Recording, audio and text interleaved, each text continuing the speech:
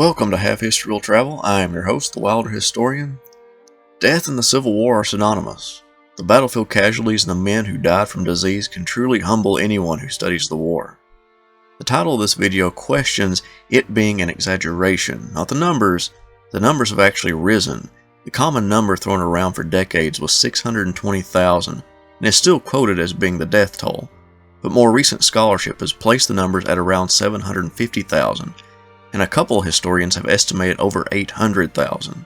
So what is this video about? Well, it's about the deaths of the Civil War being exaggerated as to how it impacted the country. If one calculates the proportion of the total population that died while in military service during the war and applies this percentage to present-day population figures, the equivalent number of deaths for Americans in the 21st century would reach above 7 million. That number illustrates the incredible sacrifices that 19th century Americans made.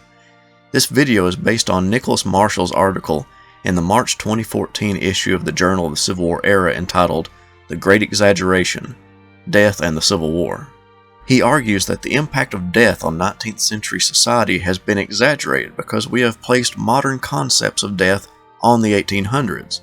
The two societies are completely different, according to Marshall, and that makes it wrong to say that Americans were devastated by the death toll. As he says, instead of putting us in the minds of those who experienced the Civil War, it conjures up significance by facilely equating wildly desperate eras. Now, as historians, we attempt to understand the past and try to accurately interpret the past. I personally do not believe in this argument, but part of being a historian is knowing the different arguments put forward and debating their credibility. So without further ado, let's get into why he puts this argument forward. He claims that to understand the effect of death on the country, we must look at the demographics and mortality rate present in the United States at the time of the war. Take Massachusetts, for example. In the mid-19th century, its death rate yearly was 1.7 to 2.3% of the population each year. New York City saw rates between 2 and 3% and sometimes hit spikes of 5%. Chicago had lows of 2% and highs of 6%. Compare that to the modern rate of 0.08%, and we can see that Americans in the 1800s experienced death at 2 to 7 times more than Americans today. The reason death has dropped from our modern conception is because of modern medicine and understanding germ theory. But the Civil War generation was constantly bombarded by the possibility of obtaining infectious and endemic diseases like tuberculosis, typhoid, typhus, dysentery, malaria, and cholera. When we think of the Civil War, we imagine young men in the Army. The approximate average age of a soldier was 25, so shouldn't the death of so many young people impact society? Marshall argues no. Death was more common in young people, even without war. For instance, today, 99% of Americans will live to 20 years old, 95% to age 45, and 83% to age 65. In 1850, Americans only had 77% chance of making it to age 1, 69% chance to make it to age 9, and a 62% chance to age 24, and only 47% chance to make it to age 49. Nearly a third of Americans died as pre-adolescent children.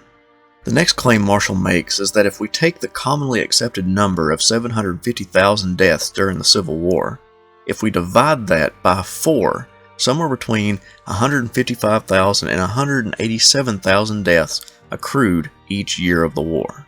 Now, if we take the numbers mentioned earlier of 2 to 3% of the American population passed away each year, that means that around 629,000 people died each year without a war. And that's at 2%. If we take the fact that some areas experienced a death rate of 3% of the population, we get 943,000 deaths each year. That is substantially more than the annual Civil War deaths. Therefore, an extra 155,000 deaths each year would not be as dramatic as we seem to think. The one thing that I think Marshall leaves out is that yes, Americans were familiar with death before the war, but it was the way these young men died that he doesn't account for. Some men were never found or could not be identified. That was new. Drew Gilpin Faust highlighted in her book, This Republic of Suffering, that the idea about death changed because of the war. The way Americans passed out of this world was many times with families surrounding their deathbed despite their age. The connection with the dead person was gone. That is why death in the Civil War was not exaggerated. He puts forward some good points, but I do not believe that that is the correct interpretation. What do you think? I hope you enjoyed this video, and I will see you at the end of the week with historical newspapers.